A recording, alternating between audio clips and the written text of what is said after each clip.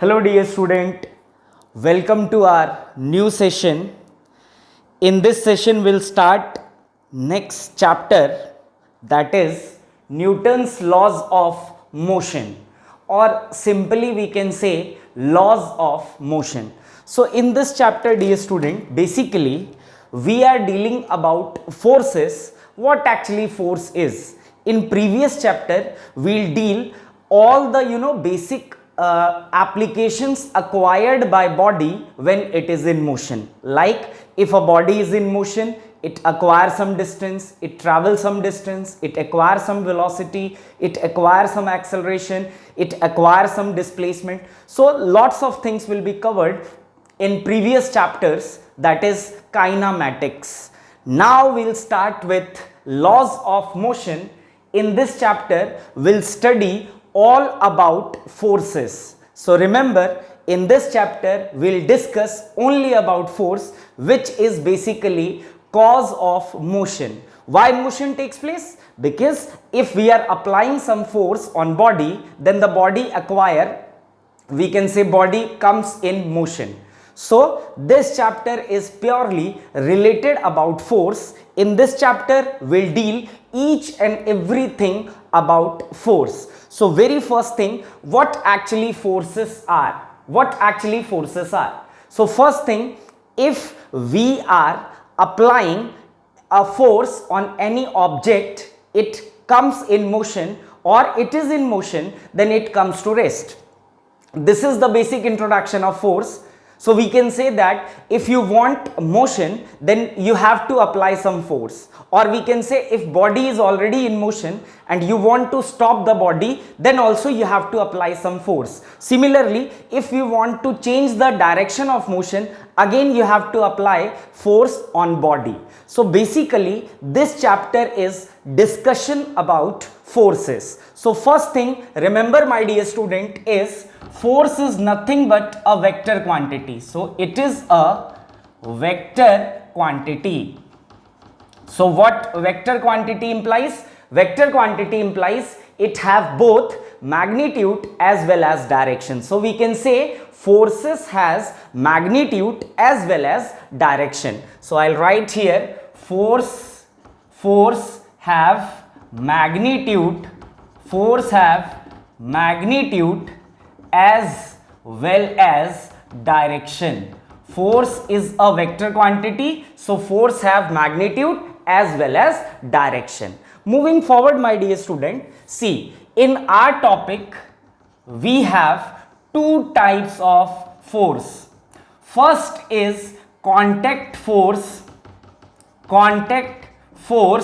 and second is non-contact force. First is non-contact forces and second is contact forces. So remember my dear student, we are categorized forces into two different parts. One is contact force and another is non-contact force. Remember, I am repeating once again, forces is categorized into two types. One is contact forces and second is non-contact forces. So what actually contact force is and what actually non-contact force is, let us discuss first. So see my dear student, what actually contact forces are.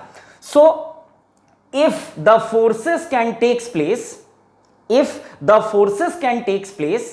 two bodies are physically in contact with each other, then the force which takes place is considered to be, my dear student, contact force. So remember, if two bodies are physically in contact with each other, then the force which takes place is said to be contact forces. So I'll write here, if two bodies are physically in contact with each other,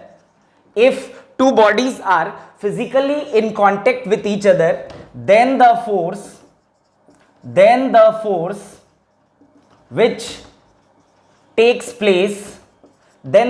which takes place between the bodies is called contact force. If two bodies are physically in contact with each other, then the force which takes place is called contact force. My dear student, remember this thing. If two bodies are physically in contact with each other, then the force which takes place is called contact force. So if two bodies are physically in contact with each other, then the force between two bodies takes place is considered to be contact force.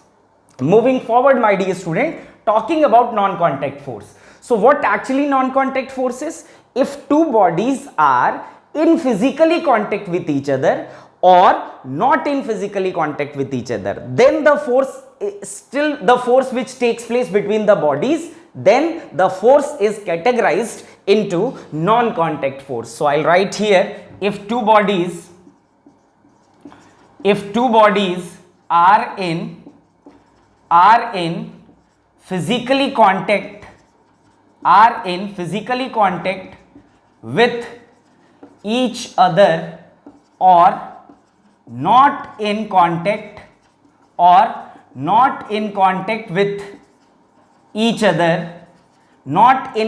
with each other, then the force which takes place between the bodies is called non-contact forces.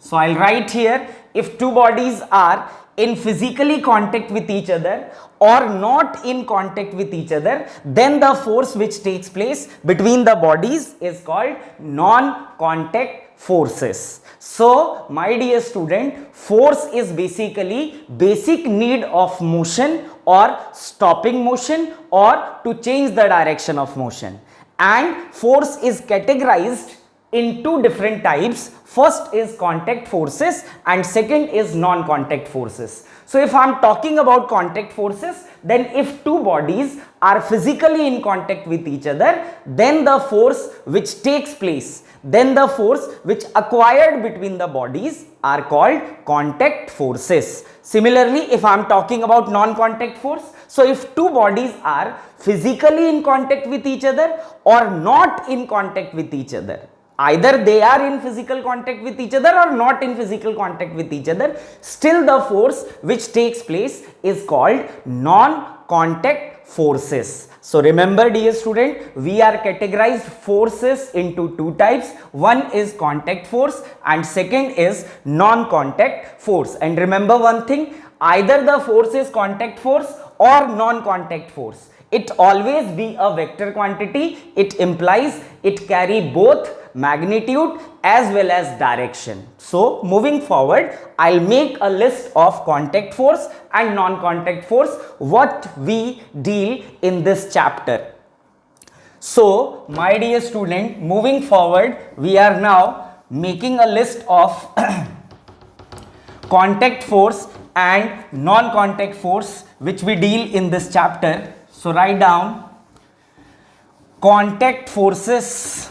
First of all, we are discussing contact force and all the types of contact force, and second is non-contact force. So I'll write here forces, and here we'll write contact force, and here I'll write non-contact force. So first of all, contact forces, and second is our non-contact forces.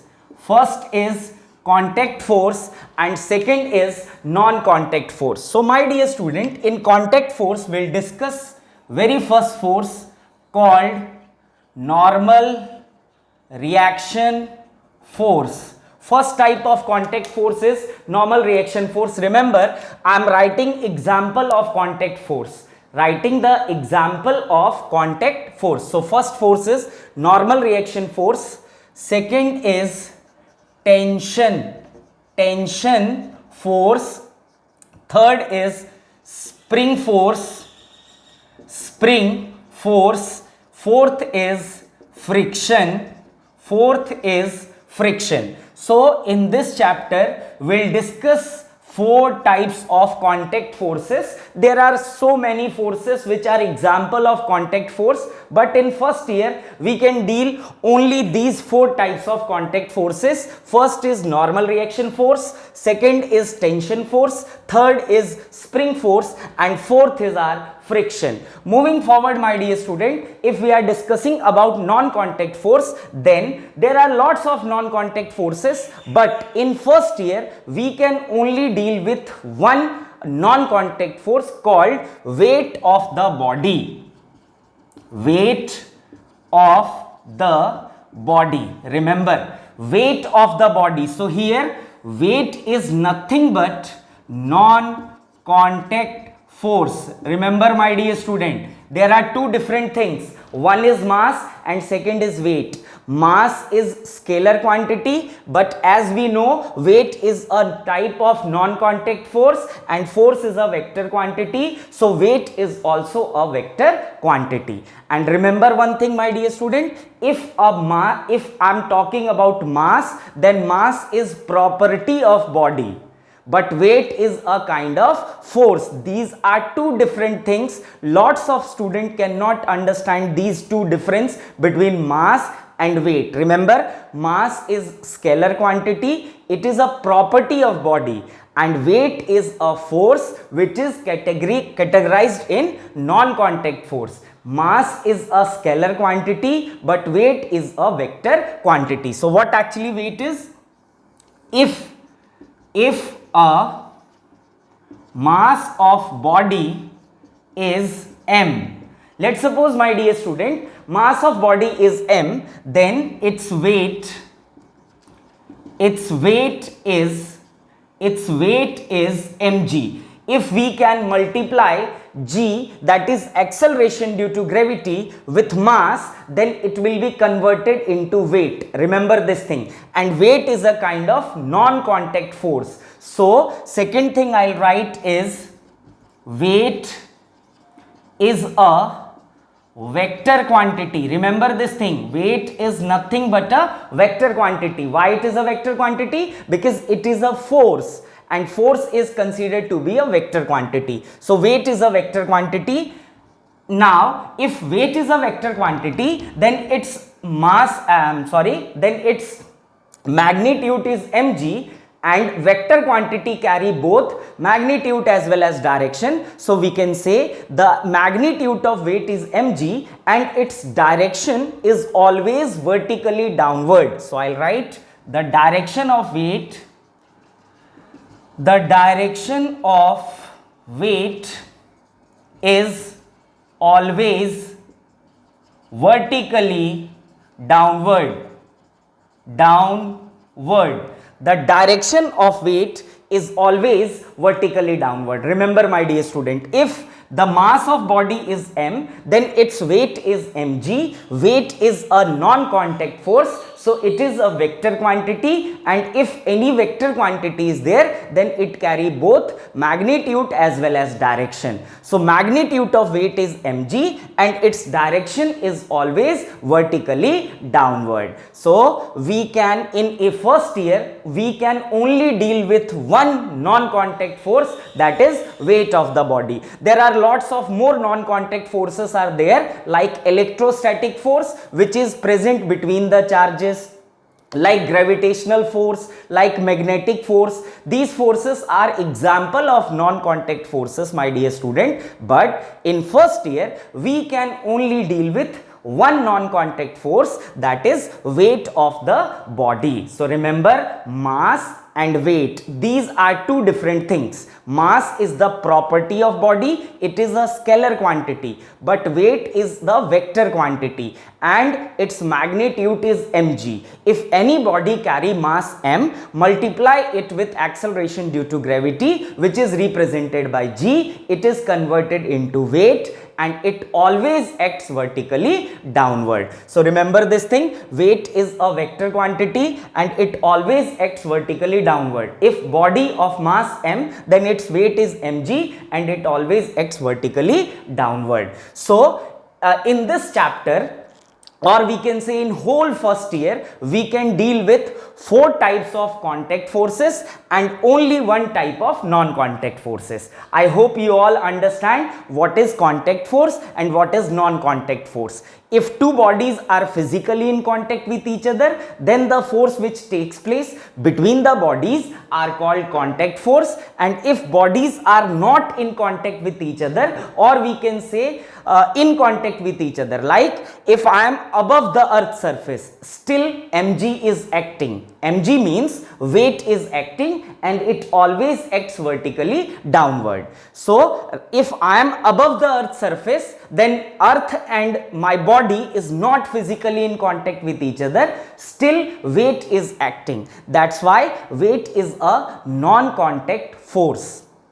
I hope you all understand. So in next part of the lecture, we'll discuss about normal reaction force, we'll discuss about tension force, what is tension force, how it is acting, what is normal reaction force, how it is acting, spring force, how it is acting, friction, how it is acting. Among all the 4 contact forces, friction is most important, my dear student, for your JEE or NEET exam. So remember, friction is most important topic.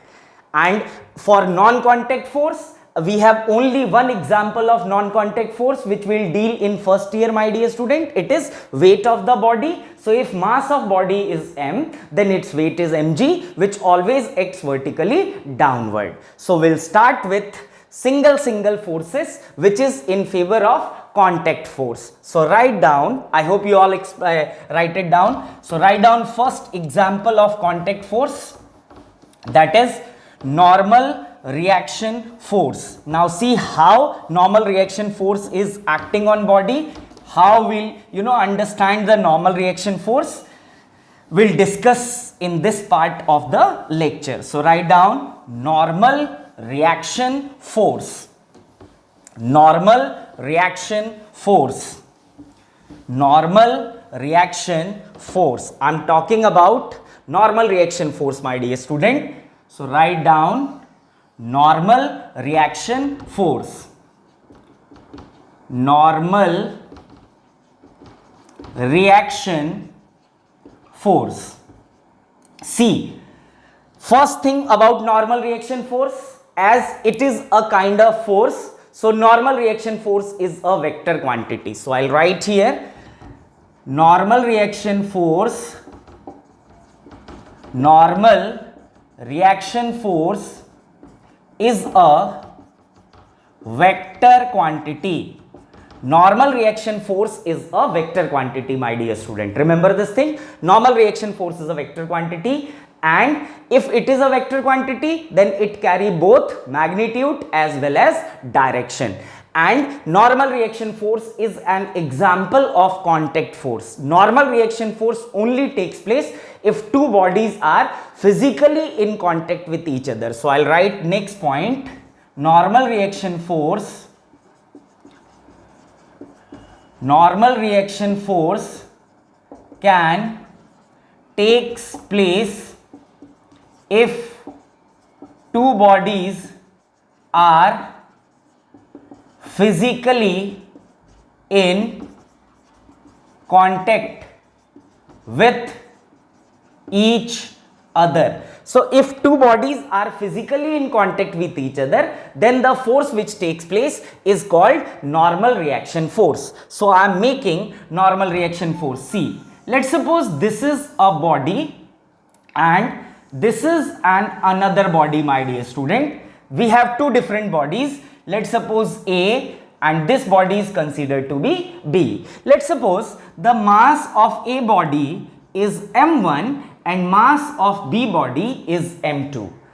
I am making normal reaction force. So try to understand how we will make normal reaction force, my dear student. So see, we have 2 bodies A and B having mass m1 and m2. Now see, my dear student, these 2 bodies are physically in contact with each other. So just identify the physical contact point of 2 bodies. So here comes, if you are seeing, this is the point where A contact with B and B is in contact with A. So we'll say this point is called common point of contact. Common point of contact. Common point of contact. This is the point where A contacts with B and B contact with A.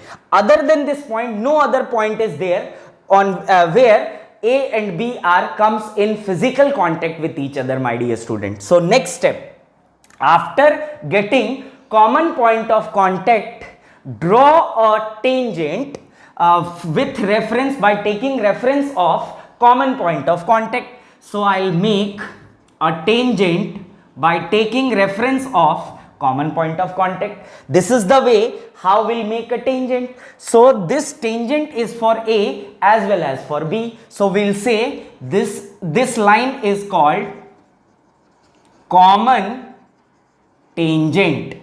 Common tangent. So this is the line called common tangent. This is the point called common point of contact. This line is called common tangent. Now next step, my dear student, by taking common tangent, draw a perpendicular line. So this is the perpendicular line. By taking reference of common tangent, if you are seeing, this is perpendicular to tangent.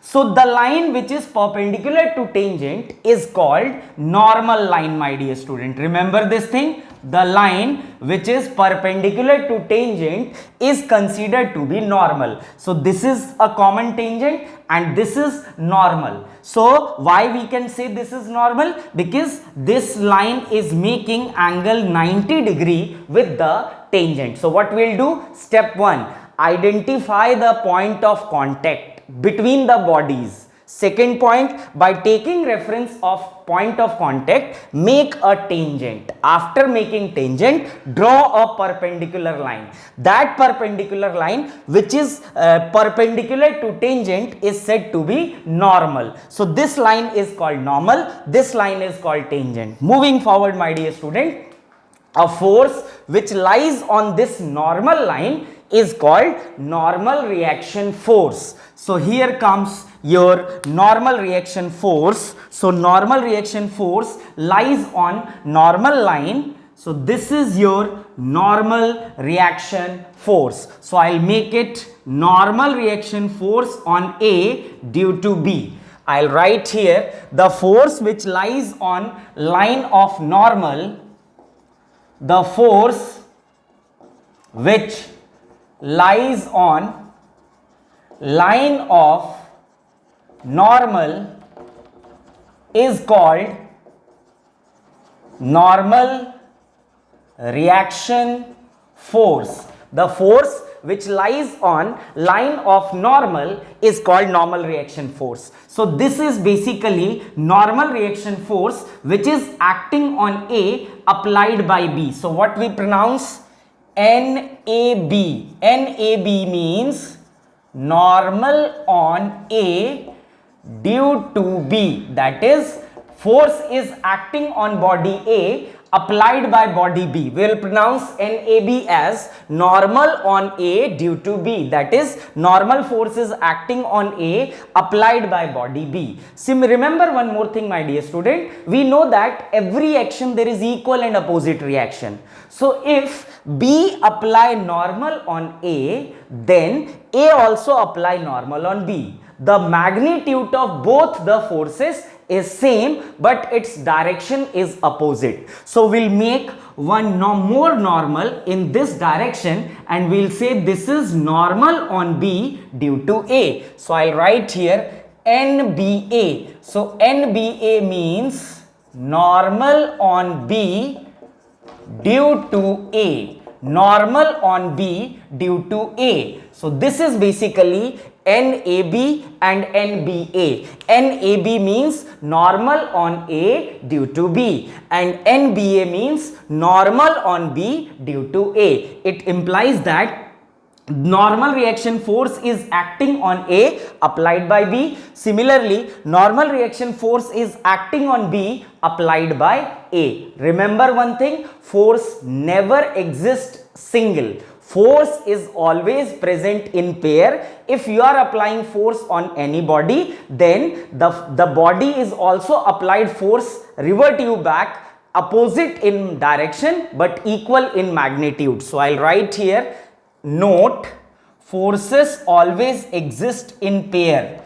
Forces always exist in pair. Force always exist in pair. So this is what actually normal reaction force is, my dear student. Normal reaction force is a contact force. First thing. Second thing, it only takes place if two bodies are physically in contact with each other. Third thing, for making normal reaction force, remember we have to identify the common point of contact between the bodies. So this is the point where A contacts B and B contacts A. So this point is called common point of contact. After getting common point of contact, we have to make a tangent. That tangent is called common tangent, my dear student.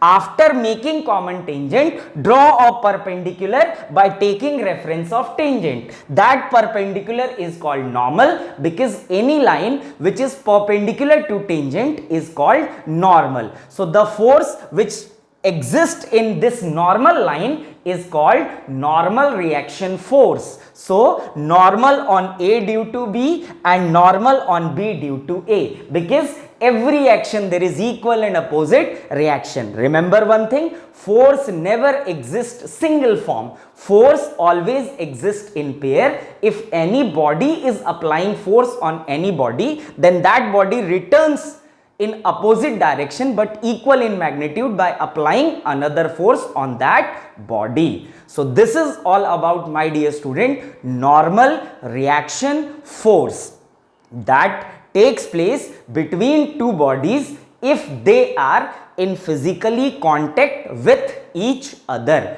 I hope you all understand about normal reaction force. Moving forward, my dear student, write down next topic. It is FBD, that is free body diagram. Write down next topic. It is FBD, that is free body diagram. So what actually free body diagram is? The concept of free body diagram is very important, my dear student. After completing the concept of free body diagram, without making free body diagram, you cannot deal any question in this chapter. So must aware with free body diagram, my dear student, that is FBD. So write down next heading.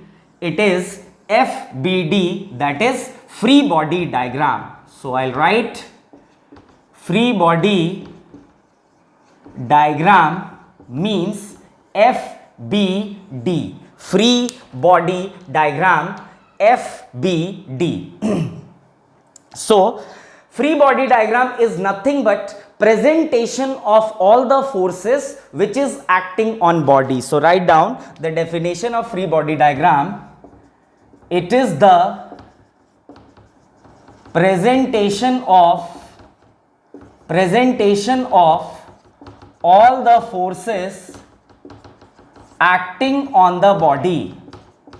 It is the presentation of all the forces acting on the body. It is nothing but presentation of forces acting on body. So free body diagram is basically, I'll show you how to make free body diagram.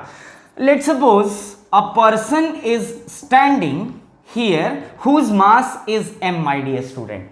So first thing what you have to make in free body diagram is, remember, if mass of body is m, then we know that we aware with a non-contact force called weight of the body, which always acts vertically downward. So if mass of body is m, then its weight is mg and it always acts vertically downward. So if mass is m, then its weight is mg, which always acts, my dear student, vertically downward. So mg is acting vertically downward. So let's suppose this person is standing on ground.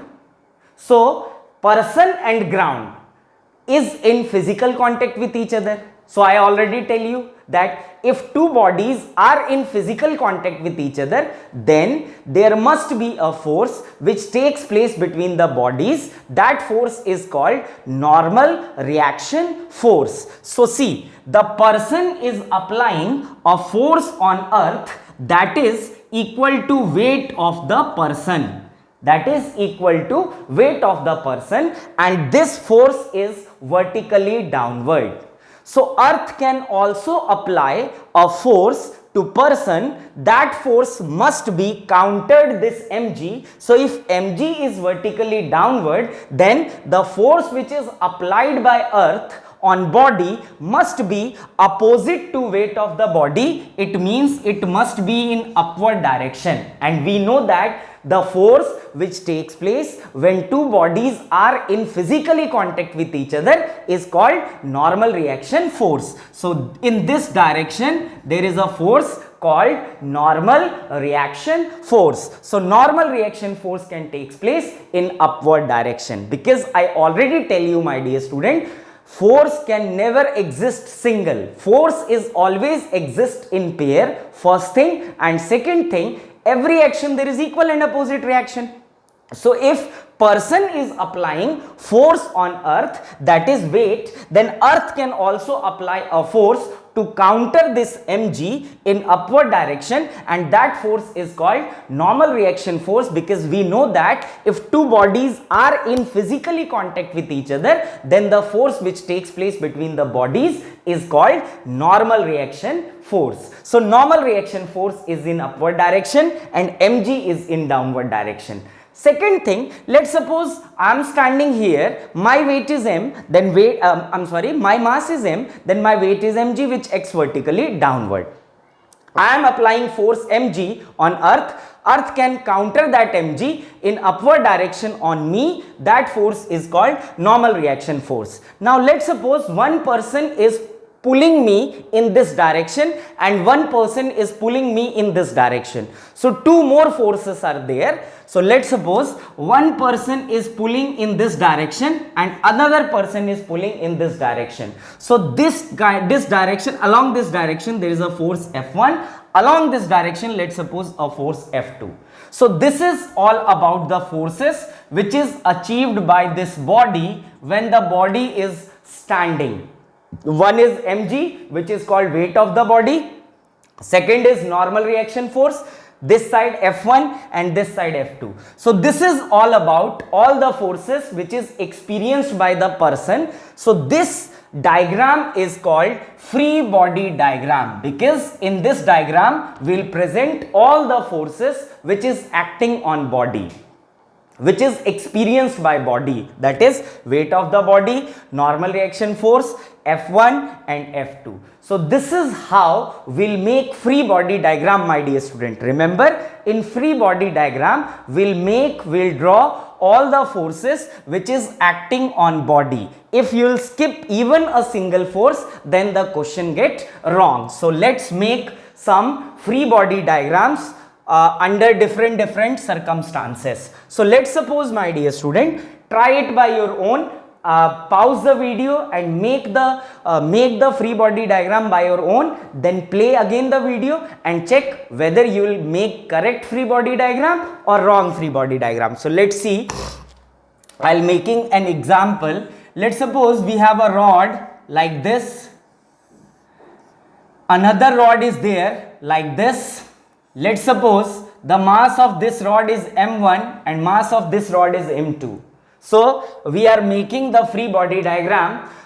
If any body carry mass m, then we know that its weight is mg and it always acts vertically downward. So here, my dear student, we have a body whose mass is m1, then its weight is m1g, which always acts vertically downward. Similarly, if I am making the weight of m2, then it is vertically downward and it is m2g. Now identify the point of contacts between two different bodies. So if you are seeing here, this m1 rod is making contact with ground at this point, and M2 rod is also making contact with ground at this point. So we know that if two bodies are in physically contact with each other, then there must be a force which is acting between the bodies. That force is called normal reaction force. So ground can apply normal reaction force on rod, let's suppose N1. Similarly, this rod is also experiences a force which is applied by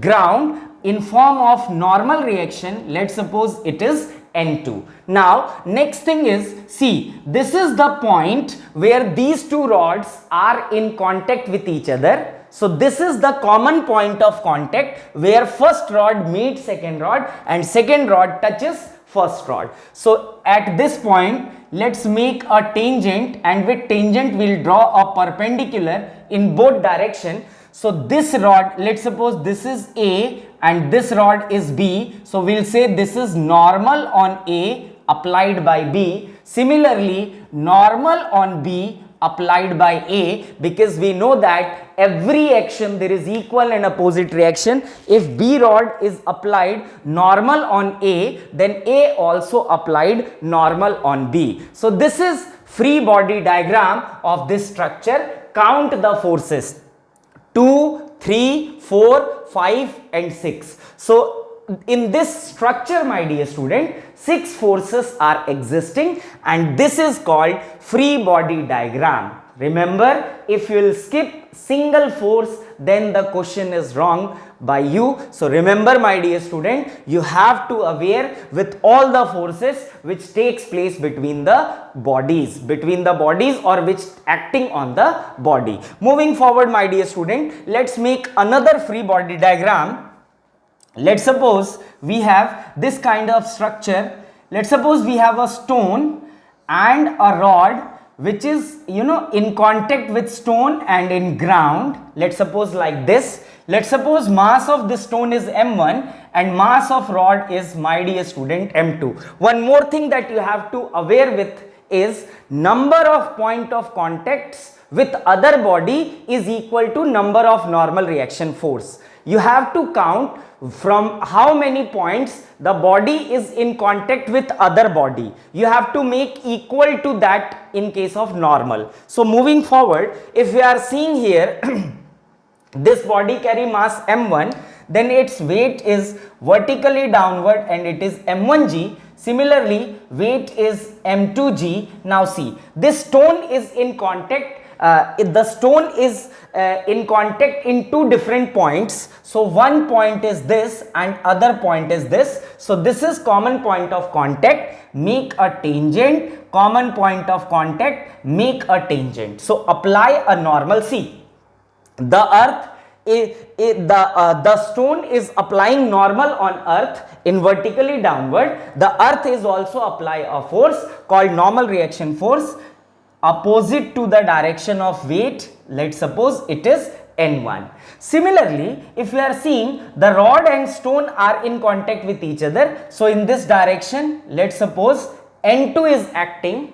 This N2 is applied by rod on this stone. So again, stone also apply normal on rod, same in magnitude but opposite in direction. So if N2 is in this direction, which is applied by rod on stone, so again one N2 is in this direction, my dear student, because every action there is equal and opposite reaction. If rod apply normal on stone, then stone also apply normal on rod. Similarly, this is the point where M2 is in contact with earth. So there one more normal reaction force is acting. Let's suppose it is N3. So this is the free body diagram of the given structure. If we'll count 1, 2, 3, 4, 5 and 6. So 6 forces can take place in these two bodies.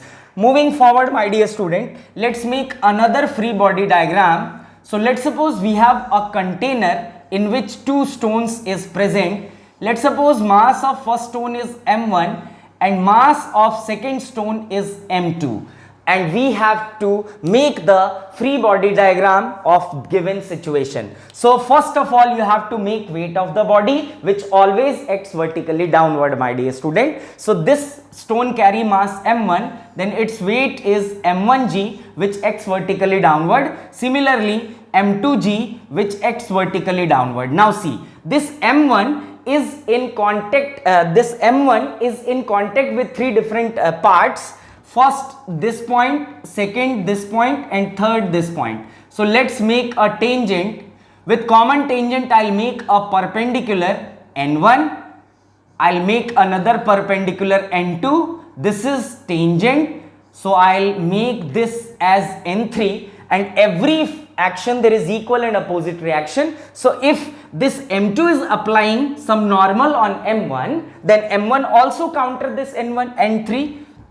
So this is n3, and if you'll see, this is also a point of contact. I'll make n4. So this is all about the free body diagram of the given structure. Let's count the forces. It is 1, 2, 3, 4, 5, 6 and 7. So total 7 forces are acting on this body. Moving forward, my dear student, let's make one more free body diagram and we'll pass up with next topic, because I hope you all understand how to make free body diagram. Identify the normal point of contact. With point of contact, make a perpendicular in perpendicular direction, make a force called normal reaction force, and second force is called weight of the body, which always acts vertically downward. So I'll make another diagram. Let's make one more example. So let's suppose we have now 3 stones. First stone is placed like this, second stone is placed like this, and third stone is placed like this. Let's suppose mass of first stone is m1, mass of second stone is m2, and mass of third stone is, my dear student, m3. So let's make the free body diagram of all the 3 masses. So first thing which we have to make is weight of the body, which always acts vertically downward. So it is m1g, it is m2g, and this mass is m3g, my dear student. I hope you all are getting my point. Moving forward. Now see, this m1 is in contact with 4 different points, 1, 2, 3 and 4. So m1 experiences 4 normal reaction force. So first make tangent with perpendicular. Let's suppose n1, make tangent a perpendicular, n2, make tangent a perpendicular, n3. Now see, this n3 is applied by m2, so m1 also apply n3 on m2. So here comes n3, and this is again the point tangent. Let's suppose it is n4. Similarly, this is again a point of contact, tangent and perpendicular, it is n5. Moving forward, my dear student, this is tangent, tangent to perpendicular. m3 apply, let's suppose normal, n6. So m1 also apply normal of same magnitude but opposite in direction to m3, it is n6. Similarly, tangent a perpendicular, let's suppose n7, countered the n7 in opposite direction. So m2 also apply a normal on m3 in this direction, because you have to counter a force. So total forces are 1, 2, 3, 4, 5, 6, 7, 8, 9, 10, 11, 12 and 13. So total 13 forces are acting on the present system. So this is all about, my dear student, free body diagram. I hope you all now aware with making free body diagram. We are now comfortable to make 2 different forces in any system. One is normal reaction force, which is a contact force, which will be made when 2 bodies are physically in contact with each other, and second force with which we are aware is weight of the body. So if any body carry mass m, then its weight is always vertically downward, and it is mg. So I hope you all understand how to make free body diagram. Free body diagram is nothing but representation of force in any system. And one more thing that you have to remember is forces are always present in pair. Every action there is equal and opposite reaction, my dear student. So moving forward, now we are discussing about next contact force, which is tension. So write down next topic, it is tension. So write down next topic, it is tension.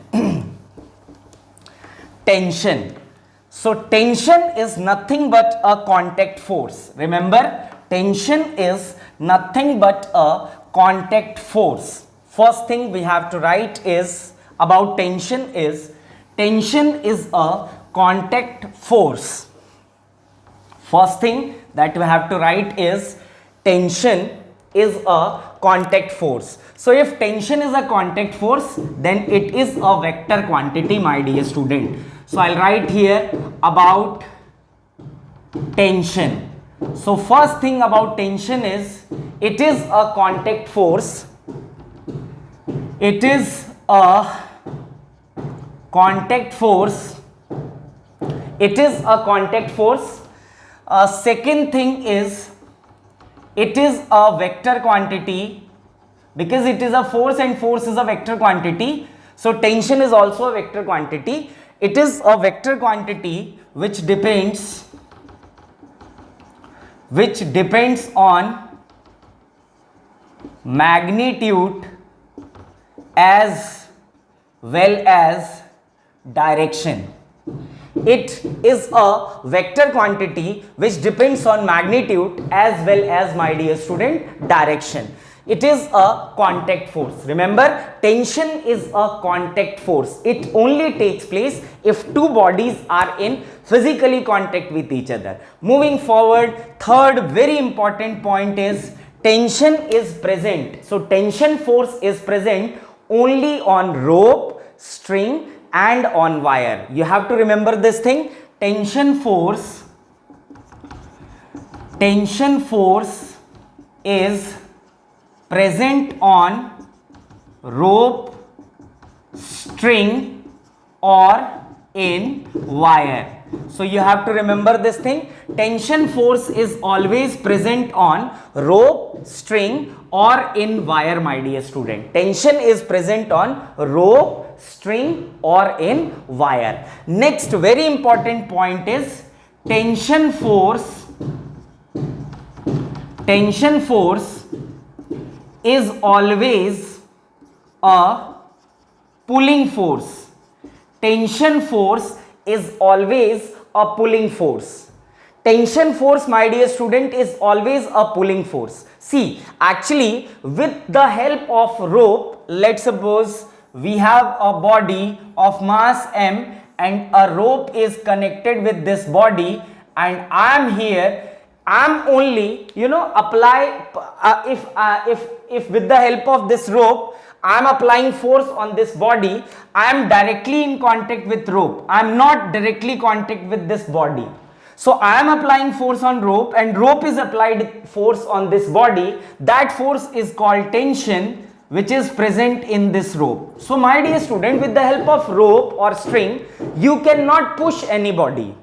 You cannot push anybody. You always pull the body. We never push the body with the help of rope, string or wire. And in rope, string and wire, the force which is present is called tension. Remember this thing. So we can say tension force is always a pulling force. And if it is a pulling force, then tension is always present. Why present? Because tension is a vector quantity, my dear student. It depends on magnitude as well as direction.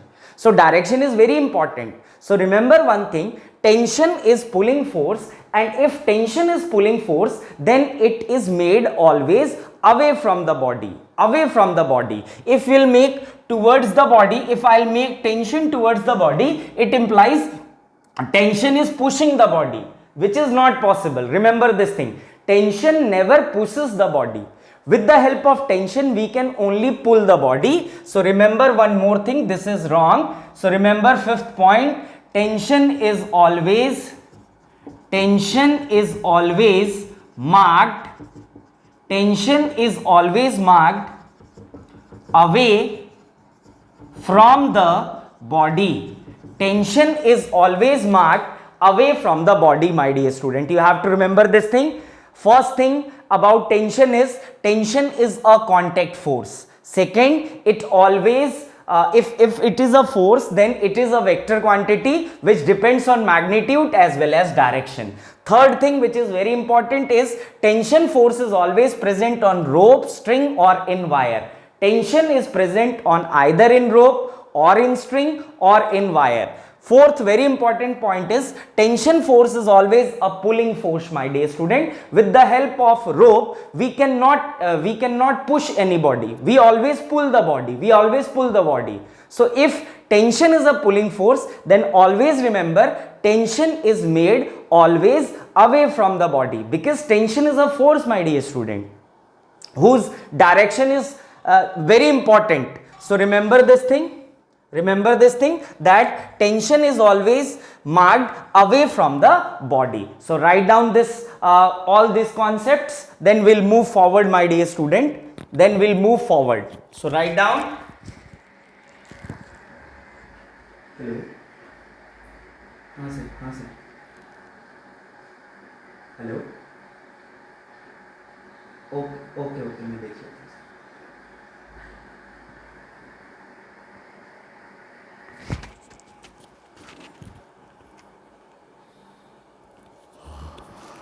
So I hope you all understand what actually tension is and how we'll make tension force.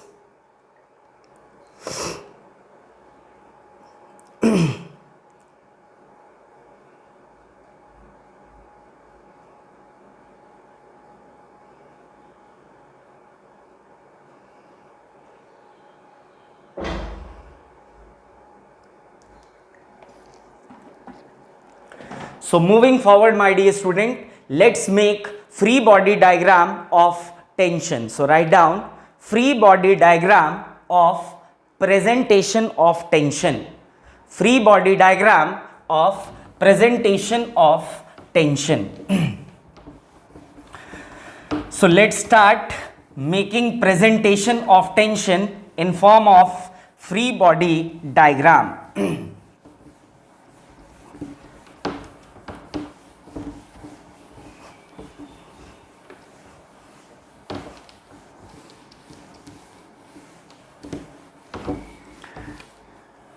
See, dear student,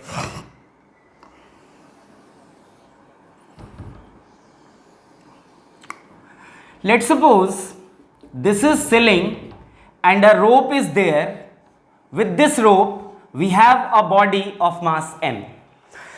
Let's suppose in this rope tension is there. Let's suppose tension is T and we wish to make the free body diagram of this structure. So first of all, we know that if any body carry mass m, then its weight is always vertically downward and it is mg. Next point is the rope is there in which tension is present, and we know that tension is always a pulling force. So tension must present away from the body. So we'll make tension in this direction, that is T. I hope you all understand this concept. Moving forward, let's suppose we have system of blocks. There is a mass m1, there is a mass m2. Let's suppose in this rope tension is T1 and in this rope tension is T2, and this system is hanged with a ceiling. So this is ceiling, tension T1, T2, mass m1 and m2. Remember, my dear student, if you have multiple block system, then the free body diagram is always starts making with bottom of the body, bottom of the system. So with bottom of the system, the mass is m2, so vertically downward weight is m2g, and in this rope tension is T2, which is always a pulling force. So I'll make pulling force, it is T2. Moving forward, next we'll make free body diagram of m1. So vertically downward it is m1g. Second step is, if you are seeing this mass, then this mass is contact with two different ropes, in which in one rope tension is T1 and in second rope tension is T2. So if we'll make the free body diagram in this situation, so T1 is pulling force away from the body, and T2, see my dear student, similar to normal reaction force, you have to achieve how many points of contact is with rope by the body. That much amount of, or we can say that much number of tension force is applied on the body. So this M1 is in contact with two different bodies having tension T1 and T2. So we'll make two different tensions in this M1 mass because two different ropes are connected with this mass. So tension T1 is pulling force, similarly T2 is also pulling force. So this body have three forces and this body achieves two forces. And remember my dear student, tension is always made away from the body because tension is present on rope, string and in wire, and tension force is present on these situations, and it is always a pulling force, never be pushing force. Moving forward, let's make another free body diagram of three different bodies. Let's suppose mass is M1, second mass is M2 and third mass is M3. In this rope tension is T1, it is T2, and in this rope tension is T3. So let's making free body diagram.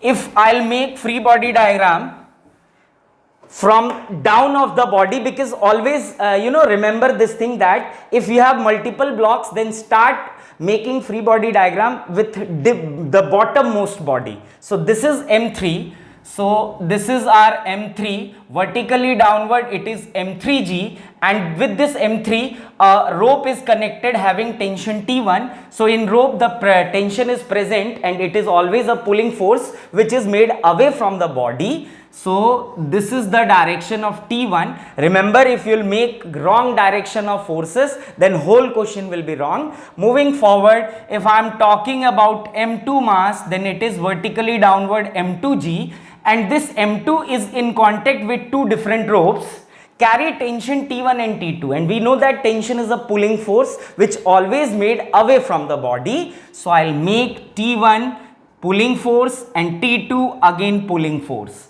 Now moving forward, M1G, if I am making free body diagram of M1, so vertically downward it is M1G, which is weight of the body. Now this M1 is in contact with two different ropes having tension T2 and T3, and we know that tension is pulling force which always made away from the body. So I'll make in this direction it is T2 and in this direction it is T3. So three forces are acting on M1, three forces are acting on M2, and two forces is acting on M3. So I hope you all understand how we'll make free body diagram of tension force. Moving forward my dear student, let's make some more free body diagram which is in form of tension. So let's suppose we have a body, or we can say we have a system like this.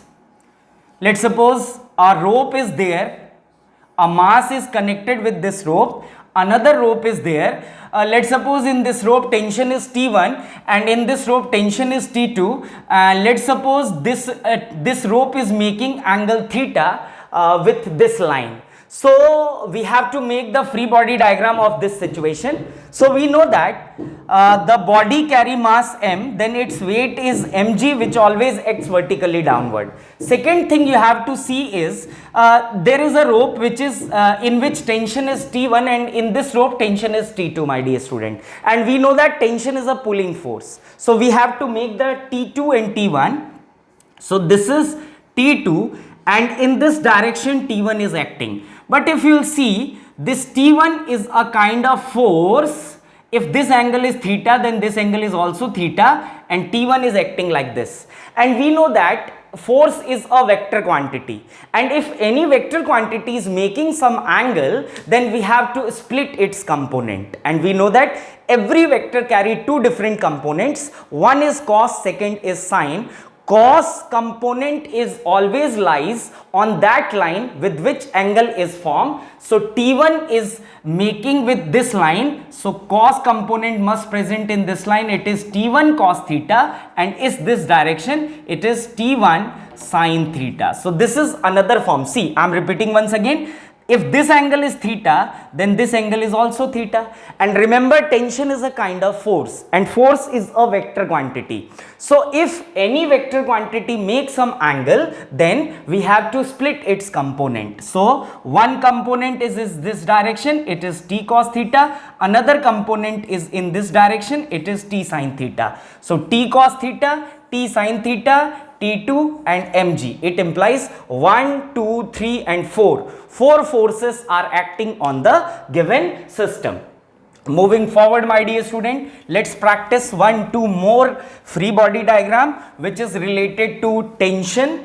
So let's suppose we have a system of 2 blocks.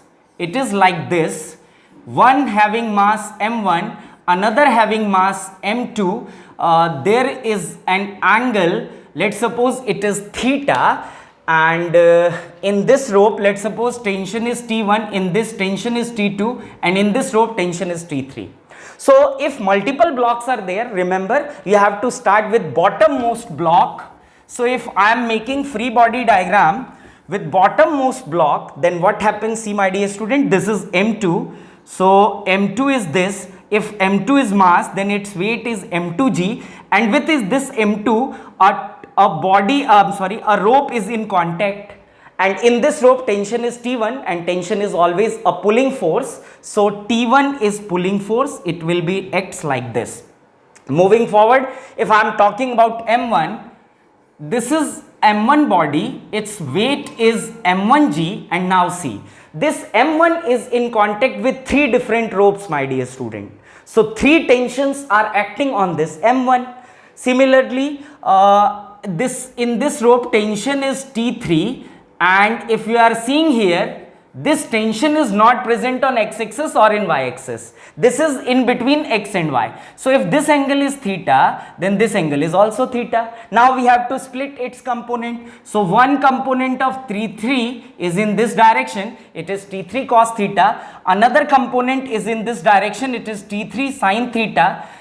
So I'll make m1 in this direction, it is T3, and this angle is theta. So along this axis, it is T3 cos theta. Along this axis, it is T3 sin theta. Along this axis, it is T2. So if I am counting, and one more thing, my dear student, this M1 is in contact with another rope in which tension T1 is present.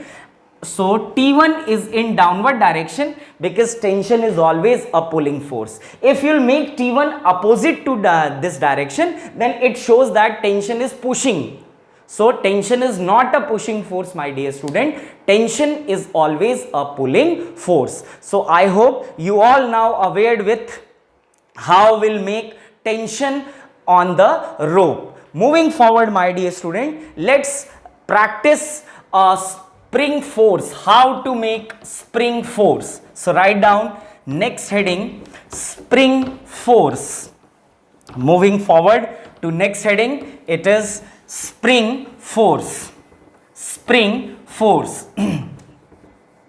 So again, spring force is the force which is present on spring, my dear student. Spring force is a force which is present on spring. So I'll write third kind of contact force is spring force. Let's write spring force. Spring force. So spring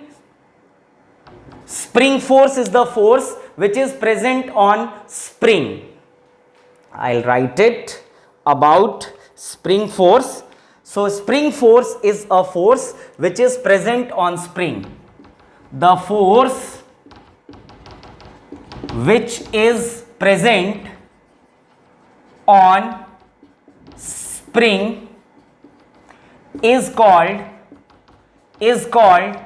spring force. Remember this thing. The force which is present on spring is called spring force. Now, very important point, my dear students. See, we can either elongate the spring or we can compress the spring. Spring carry two different activities, my dear student. Either you have to elongate the spring or you have to compress the spring. So I'll write here, spring can be elongated or it can be compressed. Spring can be elongated or it can be compressed. Remember this thing, my dear student. There are two activities which is performed with spring. One, either you have to elongate the spring or you have to compress the spring. Two activities will be performed with the spring. Third, very important point, my dear student, spring force is only present. Remember this thing. The force which is present on spring is called spring force. So spring force is only activated, or we can say spring force is only present on spring if spring is compressed or elongated. If spring is in its natural length, that is no elongation or compression is present on spring, in that situation, my dear student, the value of spring force becomes equals to 0. No spring force is acting on system or in body if spring is in natural length. Remember this thing. If you want spring force, then spring either have to elongate or have to, my dear student, compress. So I'll write here, if spring is in its natural length, if spring is in its natural length, then the value of spring force is equals to, my dear student, 0. Remember this thing. If spring is in its natural length, then the value of spring force is equals to 0. No spring force is present if spring is in its natural length. Spring force is only present if spring is elongated or compressed. Remember this thing. So I'll write next point. Spring force is only present. Spring force is only present. Spring force is only present if spring is in its natural length. Remember this thing. Spring force is only present if spring is in its if spring is elongated or compressed. Spring force is only present if spring is elongated, or compressed. If spring is elongated or compressed. Remember this thing. Spring force is only present if spring is elongated or, my dear student, compressed. Now moving forward, let us discuss about spring force. So what is spring force is? So let's suppose we have a spring like this. Let's suppose we have a spring like this.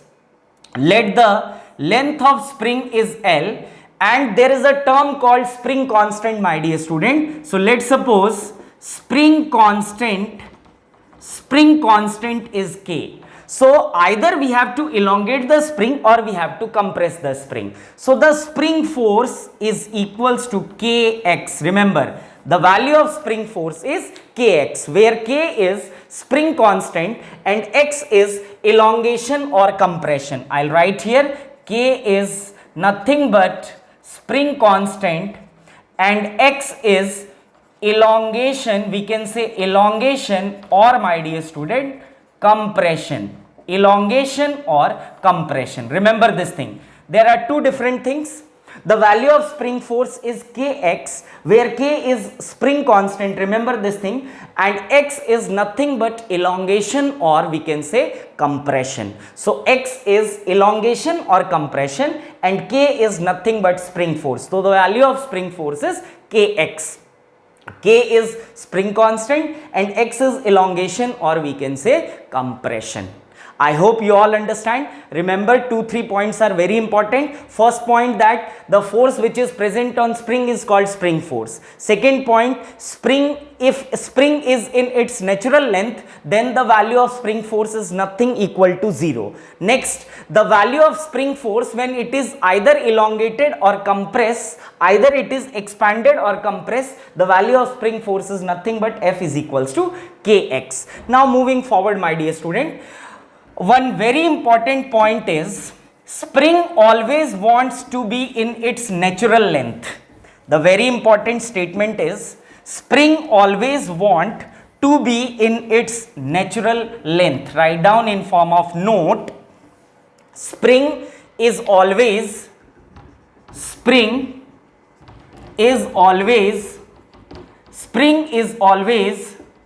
wants to be in its natural length.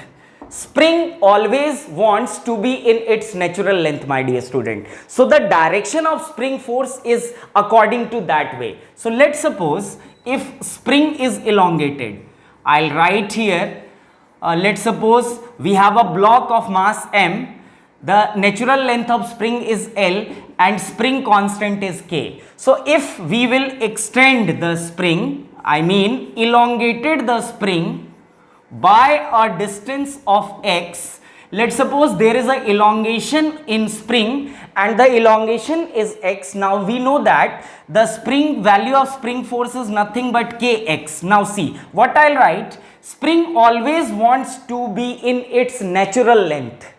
So the elongation of spring is x, so the value of spring force is Kx, because K is spring constant, and if elongation or compression takes place on spring, then spring force is activated. So we know that the value of spring force is nothing but F is equals to Kx. And we know one more thing, that spring always wants to be in its natural length. Now see, the spring is elongated, my dear student, and spring wants to be in its natural length. So the force which is acting by spring on this block is Kx in inward direction, because spring wants to be in its natural length. So to achieve the natural length, the direction of force must be like this. It is F is equals to Kx. So we'll say if spring is elongated, then the direction of spring force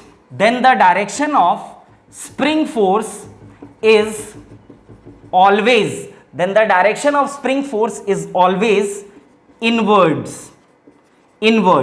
Then the direction of spring force is always inwards. Remember this thing. Now moving forward, if spring is compressed,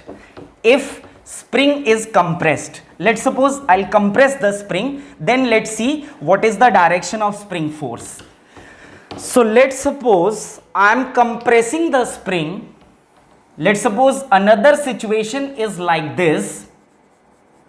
This is a spring connected with a mass m, and the natural length of spring is L and spring constant is K. Now I'll compress the spring by a distance of x. So this is the condition of compression. This is elongation of spring, and this is nothing but compression of spring. This is compression of spring and this is elongation of spring. So if I'll compress the spring by a distance x, now see, we know that spring always wants to be in its natural length. So to stay in its natural length, the force which is applied by spring, it is F is equals to Kx, but in this direction, my dear student. If the spring apply in force in this direction, then only it achieves the natural length. So the direction of spring force must be like this, and it is Kx. So we'll say if spring is compressed, then the direction of spring force, then the direction of spring force is always outward, is always outward. So remember this thing, my dear student. Very first point you have to understand about spring force is spring always wants to be in its natural length. First thing, according to that the spring force is activated, or we can say the direction of spring force will be according to that, either the spring is compressed or the spring is elongated. So in this case, if spring is elongated, so I'll do spring to be elongation condition. So if spring is elongated and spring always wants to in its natural length, so the direction of force must be like this, and it is F is equals to kx, where x is elongation and k is spring constant. Similarly, if we'll compress the spring, then the force is in outward direction and it is F is equals to kx. Again, k is spring constant and x is compression. So remember, very important point, my dear student, because spring force is a kind of contact force and force is a vector quantity, and vector quantity carry magnitude as well as direction. So you have to aware with direction as well, dear student. If spring is elongated, then kx is in this side. If spring is compressed, then kx is in this side. This is outside and this is said to be inside. Moving forward, I hope you all understand the concept of spring force. Now let's make free body diagram of spring force. So write down next heading, free body diagram of spring force. Write down heading, free body diagram of spring force. Free body diagram of spring force. Free body diagram of spring force. Free body diagram of spring force. Free body diagram of spring force. Free body diagram of spring force. Let's suppose we have a spring like this, a ceiling is there and a spring is attached with the ceiling, and a mass m is attached. Let's suppose the spring constant is k, and in this spring let's suppose elongation is x. So my dear student, it is but obvious that this block comes downward, so the spring get elongated, it will be like this. Let's suppose the length of elongation is x, we have to make its FBD. So mg is in downward direction, and what I'll already tell you that spring always wants to be in its natural length, my dear student. So the direction of spring force is according to that. So this spring is elongated and we know that it always want to achieve its original length. So for achieving original length, the direction of spring force must be inward, and it is F is equals to kx. Moving forward, let's make another diagram. Let's suppose this is a spring in which a block is placed of mass m. So if mass is m, then we know that its weight is mg. Now see, my dear student, if a block is placed above the spring, then it is but obvious that this spring is compressed. So let's suppose the spring is compressed by a distance of, my dear student, x. So we know that spring always wants to stay in its natural length. According to that, the direction of spring force is considered. So if the spring is compressed, then to achieve the original length of spring, the spring will apply force in upward direction, that is away from the body. So in upward direction, F is equals to kx. I hope you all are understanding. It is inward and this is outward. As I already tell you, if spring is elongated, then the spring force is always inward. If spring is compressed, then the direction of spring force is always outward. So moving forward, let's make one more free body diagram with multiple blocks present in the presence of spring. So let's suppose we have a system of blocks like this. There is a spring. Consider a mass m1, one more spring in which mass is present m2, k1 x1 and k2 x2. So see my dear student, this is the system of multiple blocks. Remember, either you are making tension or you are making any force. Remember, if multiple blocks are there, then start with, downward. Start always with downward. So let's start making with downward. So if you are see, this mass will comes down. So if this mass comes down, its weight is obvious m2g. So this mass comes down. So if this mass comes down, then this spring is elongated by a distance of x2 and its spring constant is k2. So we know that if spring is elongated, then spring always wants to stay in its natural length. So if spring wants to stay in its natural length, then the direction of spring force must be outside. So the direction of spring force must be like this, and it is F is equals to K2 x2. Moving forward, now we'll make the free body diagram of M1. So if mass is M1, then weight is M1g. Now see my dear student, this block is connected with two different springs. If you are, observe this physically, this block comes down. If this block comes down, then this spring is compressed and this spring is elongated. So if I am talking about this spring, if this mass comes down, then this spring is elongated and this spring is compressed. So this spring, if it is elongated, then the elongation, after elongation, it want to achieve its original length. So it apply force in this direction. It is K1 x1. Now see, due to the motion of this block which is in downward direction, this spring get compressed. So if compressed, then it want to achieve its original length, the spring will apply in upward direction force. So the direction of force will be like this, and it is K2 x2. So this is the free body diagram of spring force. Let's make one more diagram, my dear students, so that it will be clear more. Try to understand, only two things will be happened. One is elongation and second is compression. Either a spring is elongated or a spring is compressed, the force is same, it is F is equals to Kx. So let's make another diagram. This is your first spring of mass M1. This is another spring of mass M2. One more mass is there, it is M3. K1 x1, K2 x2 and K3 x3. So start making the free body diagram with downward, from downward.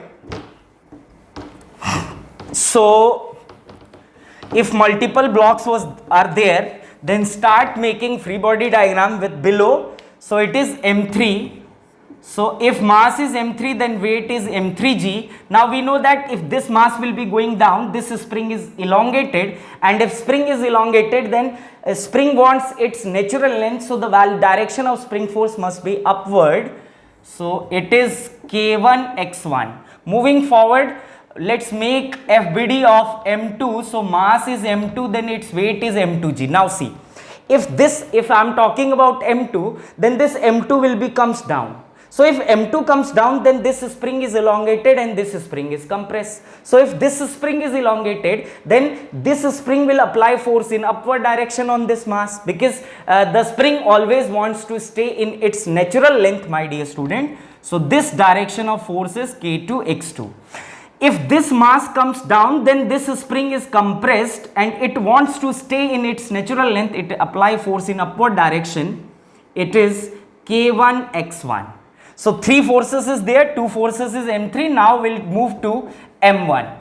So if M1 is there, then mass of body is M1g. Now see, my dear student, this M1 moves down. So if M1 moves down, then this spring is compressed and this spring is elongated. And we know that in elongation the force is inward and in compression the force is outward. So always remember, spring always wants to stay in its natural length. So for natural length, the direction of spring force must be in this side. It is K3 x3, and for this the spring is compressed, the second spring is compressed, so the direction of force is upward and it is K2x2 because this spring is compressing. So if this spring is compressing, then this spring will apply force in upward direction to achieve its natural length. And the compression is x2 and spring constant is k2. So the force is k2x2, k3x3, m1g. So 3, 3, 6, 7, 8. 8 forces are acting on this system. So I hope, my dear student, you all understand how to make free body diagram of normal reaction force, of tension, of spring force and weight of the body. So I hope you all understand all the free body diagrams. In next lecture, we'll start next topic called equilibrium of forces and Newton's laws of motion. So thank you so much, my dear student. Till then, stay happy, stay safe, stay in your home and work hard. Make proper notes. Make proper notes and revise the notes again and again, because these topics, these chapters are very important for your any kind of exam. So you have to aware with these chapters. So thank you so much, my dear students. Stay safe, stay happy.